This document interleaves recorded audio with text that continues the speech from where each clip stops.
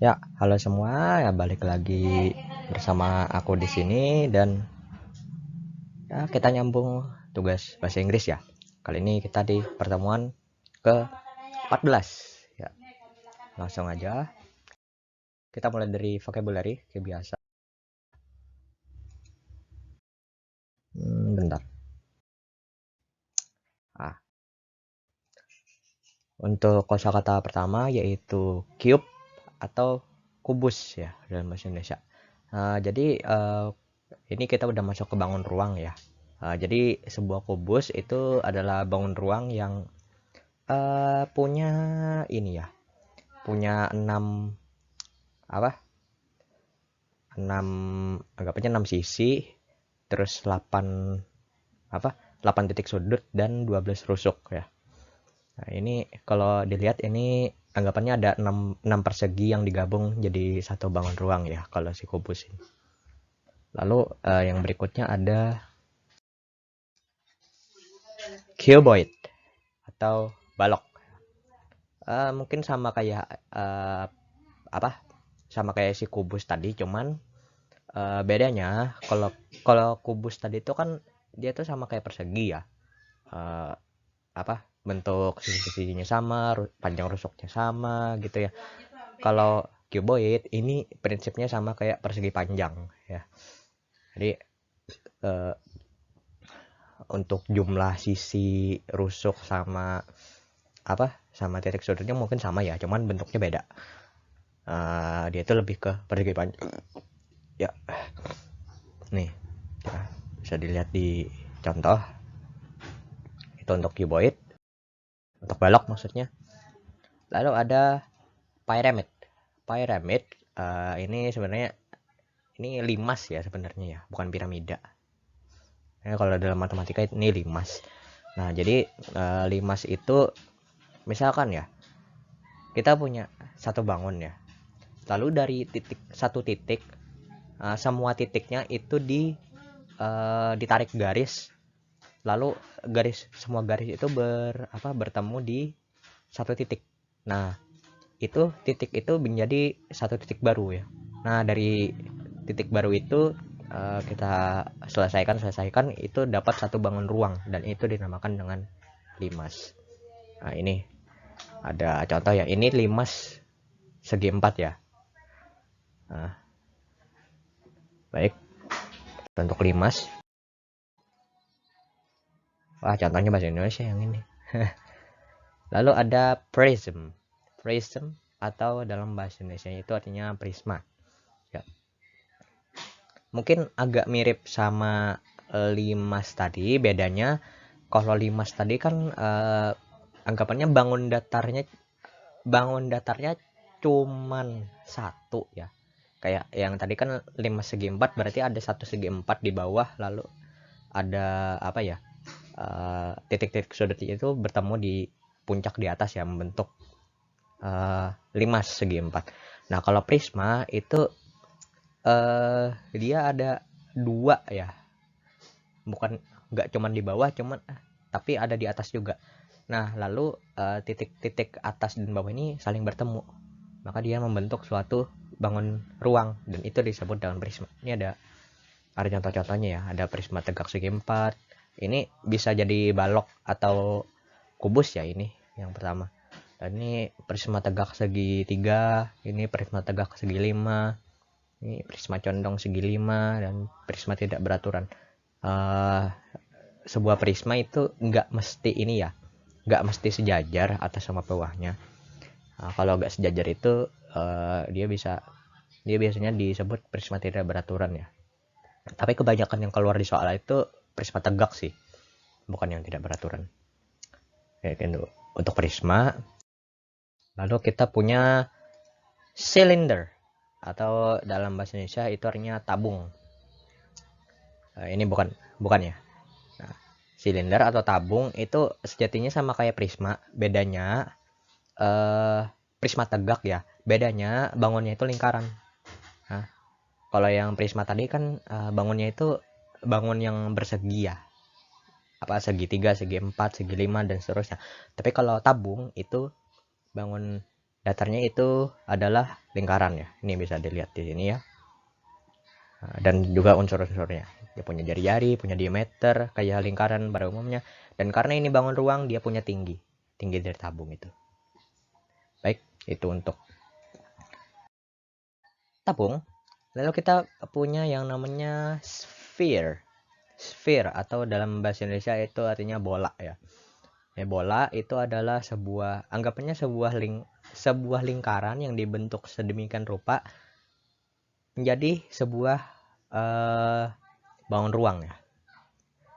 Ya, dia punya ini ya. Biasanya tuh dia tuh punya unsur yang sama kayak bola, ada jari-jari, ada diameter, dan itu doang. Bedanya dengan bola itu adalah di rumus mencari unsur-unsurnya, kayak kita mencari luas permukaan atau volume, itu tentu beda dengan mencari unsur-unsur yang di dalam lingkaran. Itu aja sih.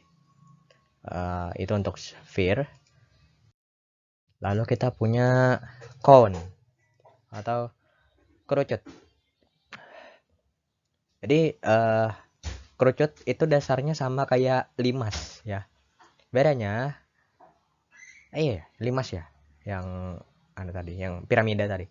Nah, dia itu sama kayak limas, tapi bangun datarnya yang di bawah ini itu adalah lingkaran. Nah, gitu. Dan mungkin itu aja sederhananya. Lalu ini unsur-unsur ya. Kita punya yang namanya edge. Ini bukan tepi ya, ini sebenarnya rusuk ya. Edge atau rusuk. Nah, rusuk itu adalah anggapannya, kalau sederhananya kita menyebutnya dengan garis pada bangun ruang. Nah, itu disebut dengan rusuk ya. Tapi kalau dalam bangun datar kan kita nyebutnya dengan istilah sisi. Nah, kalau di bangun ruang kita menyebutnya dengan istilah rusuk. Sisi dalam bangun ruang itu disebut dengan face ya. Nih, ini ada contohnya. Lalu ada yang namanya vertex. Vertex itu ya sama kayak di bangun datar sebenarnya ya. Vertex itu adalah titik sudut ya. Nih, pokoknya ada titik itu ditambahkan dengan vertex. Mungkin yang terakhir ini kayaknya adalah surface area atau luas permukaan. Ya, luas permukaan itu sederhananya kita ini kan dalam satu bangun ruang itu kan pasti ada dibentuk dari beberapa bangun datar. Nah, bangun datar tadi itu dicari luasnya semua, lalu ditambahkan semua. Nah, itu jadinya adalah luas permukaannya. Ini ada contohnya ya. Luas permukaan limas segi 4 ya, atau limas persegi. Ini B kuadrat ya. Ini ada rumusnya, B kuadrat ditambah 2 kali B kali S. Itu ya. Ini contohnya untuk satu bangun ruang. Dan mungkin itu saja untuk vocabulary. Kita masuk ke pembahasan di video. Yeah, I will speak English from now. Right, for the problems in the video, let's say we have 6 people, A, B, C, D, E, F. If we put them into 4 chairs, how many permutations are there of putting these 6 people into 4 chairs? So this is a permutation. So there are 4 chairs and 6 people.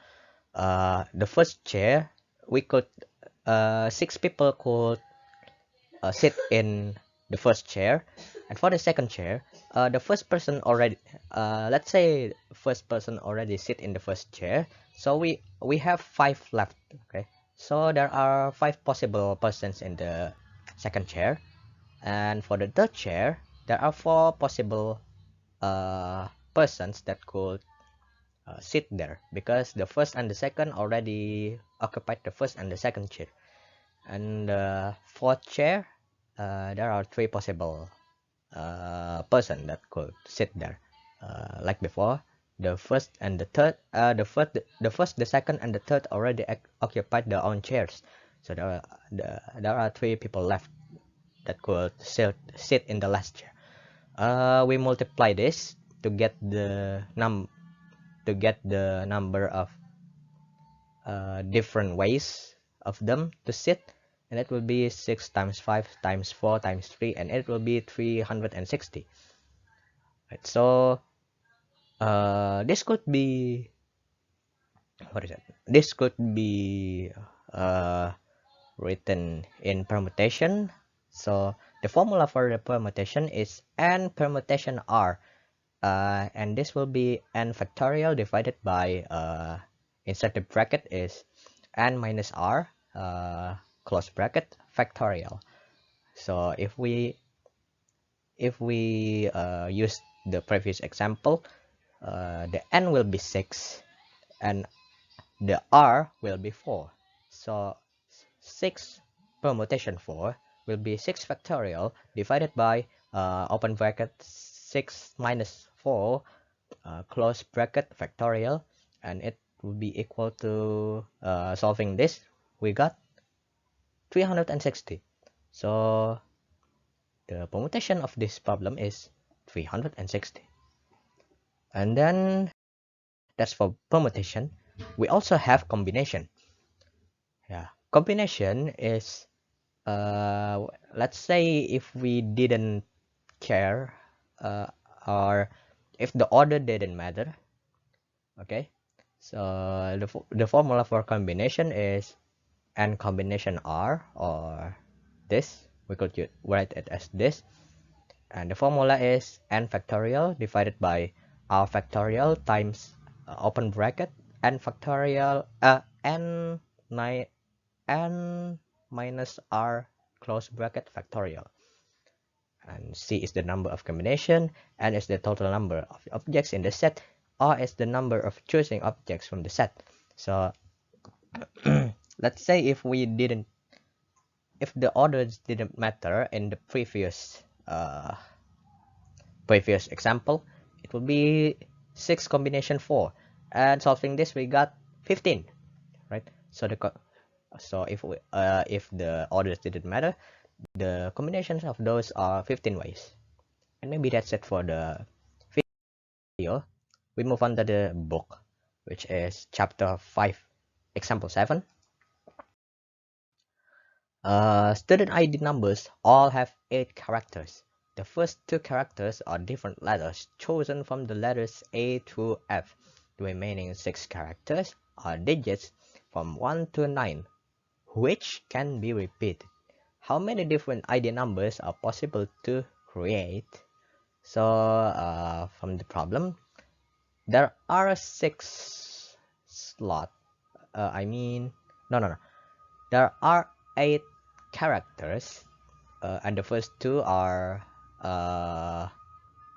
letters from A to F, and it cannot be repeated. So the first one, A to F, is 6 letter. Okay, so the first character could be filled by either one of 6 of the letter, and the second one will be 5 letter because we already used 1 in here, so the remaining letter is 5, and then the rest is we could fill it with 1 of 9 number, 1 of 9 number, 1 of 9 number, 1 of 9 number, 1 of 9 number, and 1 of 9 number, because we could repeat the numbers. Okay, that's why the rest are times 9. So solving that, it will be 6 times 5 times the times 9 with the power of 6, and it will be 15,943,230. So there are 15,943,230 different ID numbers that are possible to create. And that's it for the first problem. For the second one, chapter 5, example 8. How many ways can 4 out of 7 students can be seated in a row of 4 chairs? How many ways can all 7 be seated in a row of 7 chairs? So we follow the maybe from the video. So the first one, 7, in a row of 4. So 7 times 6 times 5 times 4 is equal to what? 840. And the second one is the same, but there are 7 chairs. Okay, 7 times 6 times 5 times 4 times 3 times 2 times 1, and it will be 5040. And we could also write it as this. This is 7 permutation 4, and this is 7 permutation 7, right? Same like that, but we did it the simple way. So 840 students can be seated. There are 840 ways can 4 out of 7 students can be seated in a row of 4 chairs, and there are 5040 ways can all 7 be seated in a row of 7 chairs. And that's for the second problem. We move on to the third problem, which is chapter 5, example 9. Mr. Fredericks wants to have a mock election in his social studies class. Students have to elect 4 people to serve as class officers. If 9 students were nominated, how many possible different groups of 4 could the class elect? So we know from reading the problem, it doesn't ask for specific positions, so orders didn't matter. So we could use combination to solve this one. We take note of the key points in the problem. The number of nominated students is, if 9 students were nominated, so the n is 9. And then those who can be elected is 4. How many possible different groups of 4? So R is 4. And then we just substitute it into the combination formula. 9 combination 4, solving it, we got 126. So the class could elect 126 possible different groups of 4. And that's it for the third problem. And for the final one, how many different diagonals can be drawn in a regular octagon? So we have 2 ways of solving this problem. We can do it manually, or we could use combination. Manually, we connect between dots to form diagonals. So we have the example here: AC, AD, AE, AF, BD, BE, BF, BG, BH, CE, CF, CG, CH, DF, DG, DH, EG, EH, and FH. There's an example here. And then counting them: 1, 2, 3, 4, 5, 6, 7, 8, 9, 10, 11, 12, 13, 14, 15, 16, 17, 18, 19, and 20. So we got 20 diagonals. That's if we do it manually. How if we use combination? So the number of dots or vertex in an octagon is 8. So we could say the n is 8. To form a line, either it's a side or diagonal, we connect 2 dots. So r is 2. So substituting it into combination formula, 8 combination 2, we got 28. Okay, but 28 is if we connect all dots, not just the diagonal. This is an octagon, so 8 of them are sides, but the rest are diagonals. So we subtract 28 with 8. We don't need the sides, we only need the diagonals. So 28 minus 8 is 20. We got 20 diagonals again. So 20 different diagonals can be drawn in a regular octagon. And that's it for the final problem. And we come to a conclusion. No conclusion, I think. Fine. Leave a like. Thank you so much for watching. Leave a like or dislike so I know how you feel about this video. Don't forget to share if you find this video informative, and don't forget to subscribe. I will make more videos like this.